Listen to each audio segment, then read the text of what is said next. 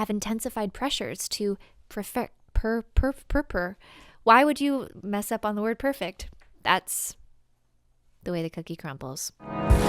Dear Hollywood, Kidfluencers, behind the $8 billion industry. Welcome to the land of kid influencers. Right now, millions of children are watching content of other children, and a lot of it contains ads or direct brand endorsement. The kids on camera might be getting paid 5, 10, 20 grand to talk about a certain product in the video, and the kids at home are now begging their parents for the same matching outfit or toy. Kidfluencing, an $8 billion industry, encompasses several subsets of young people who make or participate in content that garners views, a public audience, brand endorsements, and other career verticals. From my research, since this was not my personal experience, it seems that you can be a child who loves to film yourself doing things and edit content. You could be the child of a parent who started sharenting content with you in it, and it turned into a livelihood. You may also be a part of a family channel where your parents intentionally signed everyone up to be filmed, like a reality TV show. You could be the child of a parent who was already an influencer and then, upon getting pregnant with you, made you an account, and now you have 500,000 followers waiting for your debut in the world. And maybe you're already a child actor, singer, dancer, athlete, painter, prodigy of some sort, and social media is an extension to your existing brand. So again, the funnel is much wider, the rules are much looser, and the protections are far fewer. If you've been tracking with Dear Hollywood podcast, you are privy to how children, due to a lack of labor laws for child entertainers, can be the least protected people on set, and how the challenges child actors face in Hollywood at such an early stage of development tend to culminate in tragic downfalls. Well, those issues do cross over here, and it's even more concerning because these children are facing both the heightened pressures of being a kid star, as well as simply being a child growing up in a digital age. We're really in unprecedented territory. You now understand that a child performer experiencing fame is at higher risk of experiencing financial exploitation, excessive work hours and burnout, risky legal contracts, distorted identity and social development due to being a commercial product, heightened anxiety and depression during a phase of development where they don't have adequate coping or cognitive skills, body image issues, early sexualization, rapid adultification, distress from public scrutiny, addictive dependence on fame, vulnerability to predation and grooming, and more. Additionally, as kids simply growing up in the digital age, there are new concerns around protecting a child's privacy and safety, protecting their mental health, educating them on these stealth advertising tactics. The New York Times shared these 2 points. First, by age 5, the average kid has 1,500 photos of them on the internet. And second, by 2030, up to 2/3 of identity fraud may be tied to the information you've shared about your children online. Further, I read Devorah Heitner's book, Growing Up in Public, which helps equip parents and families with tools to mentor young people so they can safely inhabit a tech-integrated world and these complex digital spaces, while also caring for their well-being. And we need to just remind ourselves of the contextual container of adolescence. It's hard enough as a kid trying to discover who you are and find your authentic self. There's experimentation, hiccups, awkwardness.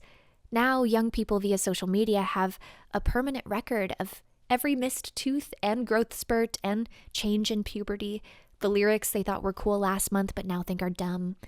Addictive features such as liking and commenting have intensified pressures to perfect your presentation and also seek validation, with many young people now using filters and editing apps to alter their appearance for reasons other than just innocent fun. Likes, comments, and quick sharing also have given way to new concerns like cyberbullying and rapidly spreading gossip or embarrassing photos throughout schools and communities. there's also a stomach-churning amount of predation and grooming. I learned from this documentary of an undercover team fighting online predation that upon creating an account of a fictitious minor who was fully transparent about being under 18, it took just over 1 minute to receive the first message from a grown man, with the first day bringing in 92 messages requesting images of her in her bra, asking about sex, asking for her physical location, and to meet up. I'm not claiming all of this is preventable or that we're going to shut down social media altogether. I think we're past that. And in fact, as Devora suggests, if we try to only use fear tactics with kids to monitor and restrict their online behavior and social media use, it often backfires in cutting off transparent communication. Maybe they, blatantly rebel. So we might as well collaborate with them to create healthful parameters, guide their decision-making, and help them build character and discernment through this process of participating in online spaces. For more info, you can check out Devora's book, #notsponsored. Okay, so kid influencers. Let's just dig a little deeper into a few specifics, though this really deserves an entire series. The concern around labor laws and financial protection was wild to research because it falls into really complicated legal territory, as Munirat Suleiman puts it. Apologies for any mispronunciation. To paraphrase Munirat, the lines get blurry between family autonomy and child exploitation because of previous legislation. So states have a restricted ability to interfere with the parents' autonomy to direct the upbringing and education of the children under their control. So unlike child actors who are hired by other production companies and who go to set to film, for kid influencers, most of the content production and influencing happens within the home space or alongside parent supervision, management, and command. The 4-year-old isn't writing the skit or editing the video or typing the caption, "OMG, I love my new rain boots, #ad." And the 4-year-old doesn't even meet the age requirement on platforms to create their own account. So parents are probably running it. That, or they've brought on an adult crew who comes into the home, films, edits, posts, and manages their social media channels, which is a whole nother level of operations. And BTW, the rain boots company that is hiring the 4-year-old, has little way to fact check whether that child is in safe hands making that content or not. So parents could be raking in brand deals and making their child do things under their command and then pocketing the money. And it's all, right now, still considered legal, and that family's right to raise their children how they choose. Just like child entertainers in Hollywood, kid influencers are at the mercy of each state making laws to protect them. Guess how many states don't have any laws for kid influencers? 49. Only Illinois, in the last few months or so, has passed the first law. Only because a young, smart teenager, Shreya Nalamothu, apologies for any mispronunciation, was doing a school project on this subject, and her teacher, shout out to the teacher as well, encouraged her to reach out to their rep to share the research, which then fueled legislation. That's the first law in place that guarantees a portion of the earnings will make it to the child. Keyword, portion. But at least it's a start. Now, Shreya gave us the blueprint. Will the other 49 Shreyas please stand up? Seriously, if y'all want to carry the load and go full on Free Britney, I would love for you to organize and start reaching out to state reps regarding kid influencers and kid actors. I'm currently working with another state right now, so I welcome the help. Next concern we have to name is the atypical lifestyle that affects healthy development and physical safety. Listen, I've named these for kid actors, but can we please let them land afresh for kid influencers? This is a child. They have no other map of reality or reference point or full reasoning. If they're famous for simply existing and being themselves, not even for playing a character now, if they are accustomed to their lives being filmed for strangers to watch, if they think making $1 million a year and getting 50,000 likes per photo is the baseline expectation for their teen years, if they're learning how to modify their appearance and behavior online to improve engagement and viewership, if grown adults can message them and reach out directly with intentions of grooming or predation. It's just a recipe for disaster. I've now spent almost a decade attending influencer events, and when I'm backstage and I ask people a few questions just to get to know them, I learn so much in a matter of moments. Kids talking about dissociating to keep up with their content schedule. Parents telling them to wear blue instead of green because blue gets more views. Kids lacking basic social skills, though they're experts at vlogging. Tweens making videos about faking pregnancy or making out with ex-boyfriends or whatever drama will get viewership. I see the workaholism and the little robots like I used to be. There's no space to be authentically yourself, a loss of childhood experiences. And sometimes I ask very gentle questions around what they do to take care of their mental and emotional health. And many kids start listing their symptoms of depression and anxiety, panic attacks, insomnia, and how they don't know what to do. It's heartbreaking. And then there's the other side of this. These kids are being watched by other kids, and the kids at home are taking it all in and trying to emulate, just like we did with our favorite teen heartthrobs and magazines a decade or so ago. Wow, aging myself now. But really, I need to open up this conversation to all of us. We have a lot to think about as a society, and it's difficult to tackle. What parameters need to be in place, and what role are we all playing? There needs to be legislation for kid influencers, yes. There also needs to be accountability and proper preparation for parents and families who are choosing this path for their children.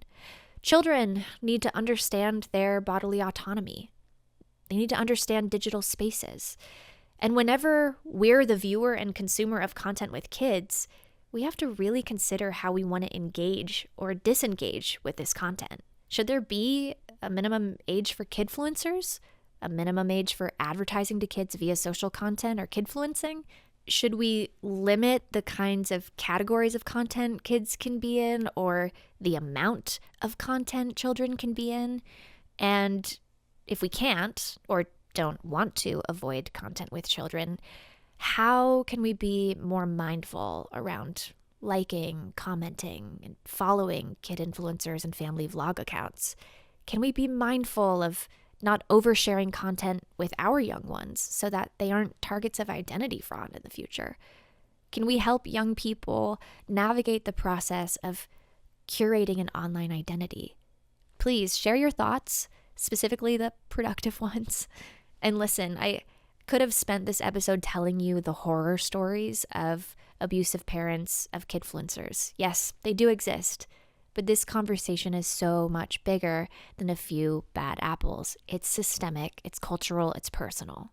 I want to give families the benefit of the doubt and say many parents are hopefully loving and well-meaning, and they're just trying to responsibly protect their child and their finances. However, there's too little infrastructure and preparation for me to confidently recommend pursuing this path, and it's leaving kids vulnerable to many kinds of unnecessary danger and damage.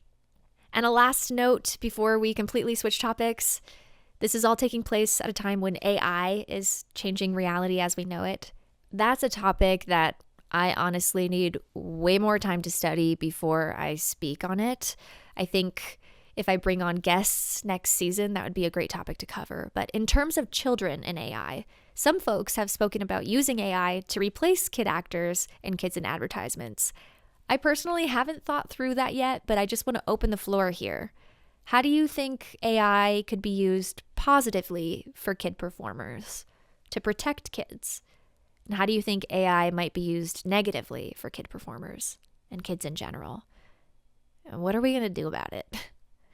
Well, coming up next, I'm going to dig into the most glaring topic you could discuss on a podcast about entertainment, and that is fame. We've been skirting around it, but have you ever wondered the deeper psychology of what it's like to be famous? Why are we obsessed with it culturally? How does it shape our brain?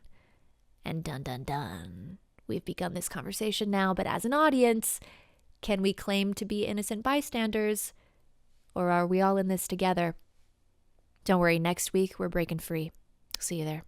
On the next episode, As a society, we've done something really interesting where we've created an illusion of separation between us, a perceived disconnection and disparity between one human and another, which, yes, then leads to real material outcomes in lived reality.